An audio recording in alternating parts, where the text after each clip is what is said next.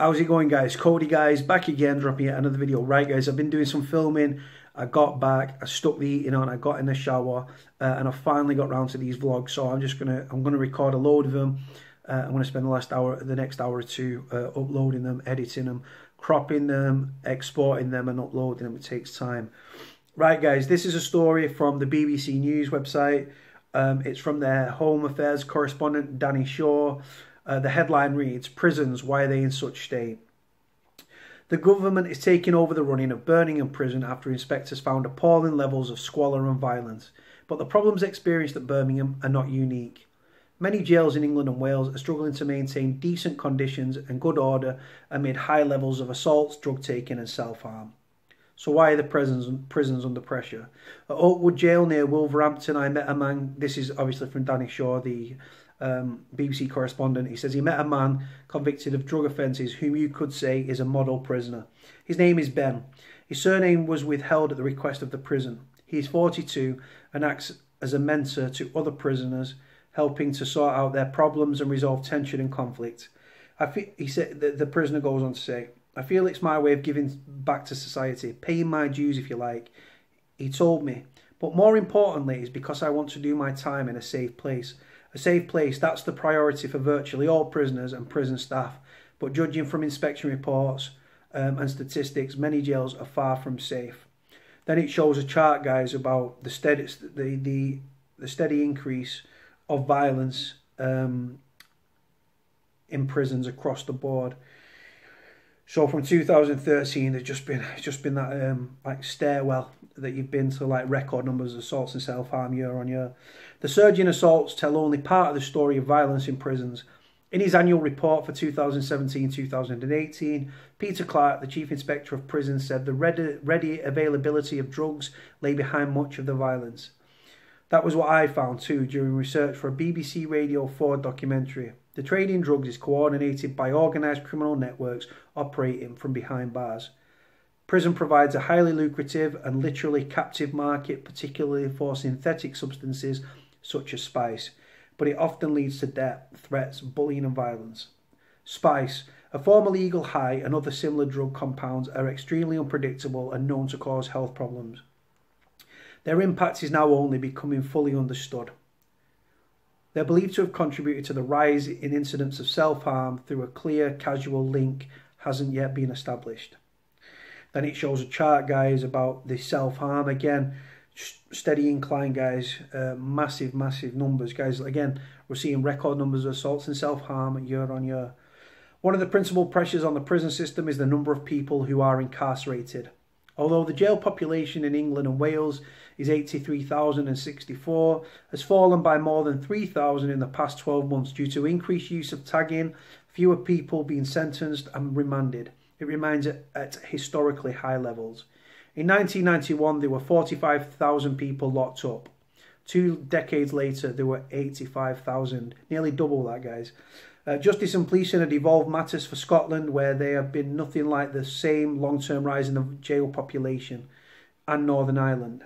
In Scotland, the latest figures are around 7,500, the lowest it has been in a decade. In Northern Ireland, there were some 1,500 people in custody, slightly more than a decade ago when the figures were around 1,300, but fewer than in the mid-90s. So why did the numbers rise so steeply in England and Wales? Some lobby groups and criminologists point to a moral panic following the murder in 1993 of the toddler James Bulger. God bless James Bulger, by the way, may he rest in peace. Experts describe sentencing arms races between political parties vying to be the strongest on law and order. Former Conservative leader Michael Howard's prison works versus former Labour Prime Minister Tony Blair's tough on crime, tough on the cause of crime. Whatever the reason, the effect has been an increase in the average sentence lengths. More offenders being jailed for life or indeterminate sentences. Obviously, IPP, indeterminate terms are like IPP sentences. They was abolished in 2012, but there are so many people in prison that are way over tariff and are still in prison with no release date, which is just disgrace. And tougher release conditions as well. So that prisoners are more likely to be sent to custody for breaches. You know what probation like, guys? Love breaching people, love recalling people. New jails have been built but have not kept up with demand. The Prison Reform Trust calculates that 20,000 prisoners, almost a quarter of the total, are held in overcrowded conditions, many share cells designed for one. Overcrowding has a corrosive effect. It is in the words of Lord Wolfe, the author of the report into the Strangeways prison riot that left 2 dead and almost 200 injured. A cancer eaten at the ability of the prison service to deliver effective education, tackle offending behaviour and prepare prisoners for life on the outside. Cost cutting.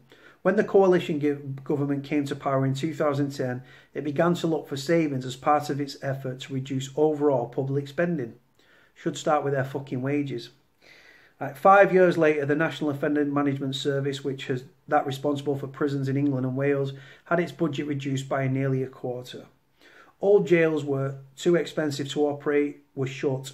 18 have closed since 2011. But the other tactic in the efficiency drive has been a programme of benchmarking. Publicly run jails are required to peg their costs to the same level as the most efficient prisons, including those in the private sector. 14 jails in England and Wales and 2 out of 15 prisons in Scotland are operated by private firms, G4S, Serco and Sodexo.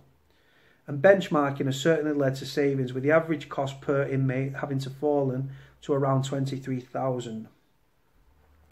Benchmarking has also been involved major changes to the regime in prisons and cuts to staffing. A standardised core day has been introduced in some jails with the aim of making the most of prisoners' time out of their cells and giving them certainty about what activities they are doing. But the Chief Inspector of Prisons said half of jails they inspected had too few programmes of useful activity. 2/5 of prisons were assessed as delivering good or reasonably good activities, compared with more than 2/3 in 2009 and 2010. With benchmarking programme and the other cost cutting, there was a dramatic reduction in staff numbers. Posts were cut in the Northern Ireland prison service, as well as Scotland staff prison numbers have risen. The overall number of staff employed across the public sector prison estate in England and Wales fell from 45,000 to just under 31,000 in September 2016. Although a small part of the reduction was because of employees switching to jails transferred to the private sector, the decline was substantial by any measure, with the number of prison officers working in key frontline roles, bands 3 to 5, down by more than 6,000. That autumn in 2016, the Justice Secretary Liz Truss persuaded the Treasury to invest in a recruitment drive, since the number of frontline staff has gone up by 3,653, partially reversing the cuts that had been made. In June, there were 21,608, the highest number of frontline staff since January 2013. The steep reduction in staffing, followed by a sharp rise, means the complexion of the workforce has changed. Prison officers with the skills and know-how of managing tricky situations known as jailcraft have been lost, replaced by many young and inexperienced personnel. Less than half have 10 or more years experience, while over a third have worked behind bars for less than 3 years. The departure of thousands of prison staff between 2010 and 2016 coincided with the arrival in prisons of spice and other former legal highs. I don't know why they keep calling them former legal highs. I know new psychoactive substances now. Initially, spice and the other new spice and the new other psychoactive substances had the advantage for inmates of being almost impossible to detect in random drugs testing that take place on a regular basis in every establishment. Through new screening methods have now been put in place. You can detect spice now. You can detect spice on MDT, mandatory drug test, VDT, voluntary drug testing.